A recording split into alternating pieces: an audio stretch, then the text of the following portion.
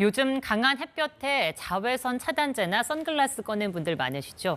한여름이 아닌데도 1년 중 6월에 자외선이 가장 강하다고 합니다.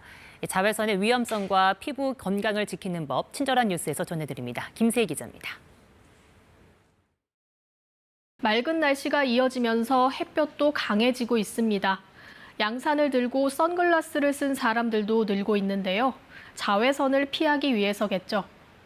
자외선은 A, B, C로 분류되는데 지표면에 도달하는 자외선의 대부분은 오존층에 흡수되지 않는 자외선 A이고 자외선 B도 일부 포함돼 있습니다.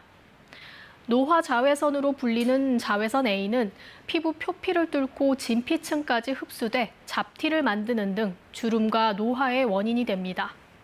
그렇다면 우리나라에서 자외선 A가 1년 중 가장 강한 시기는 언제일까요? 기상청 관측 결과 지표면에 도달하는 자외선 A의 총량은 6월에 가장 높았습니다.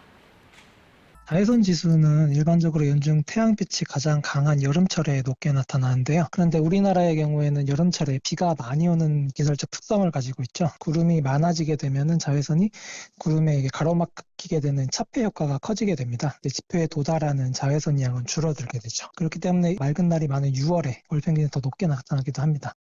자외선이 강한 날은 피부 건강에 신경 써야 하는데요.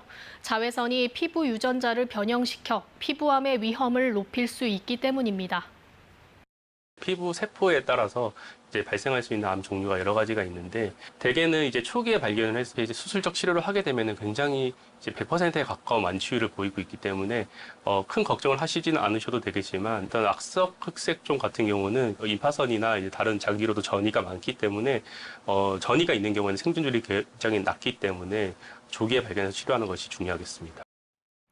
국내 피부암 환자는 2018년 2만 3천 명 수준에서 2022년 3만 1천여 명으로 4년 사이 30% 넘게 늘었습니다.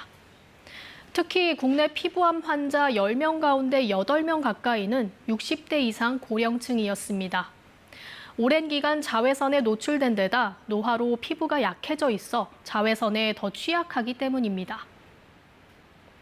피부암을 예방하기 위해서는 자외선을 최대한 피하는 게 가장 좋습니다. 자외선 차단제 사용을 생활화하고 자외선 차단제를 발랐더라도 외출할 땐 모자나 긴 소매 옷, 선글라스 등을 챙겨야 합니다. 자외선 차단제는 외출에서도 2~3시간 간격으로 덧발라줘야 효과적입니다.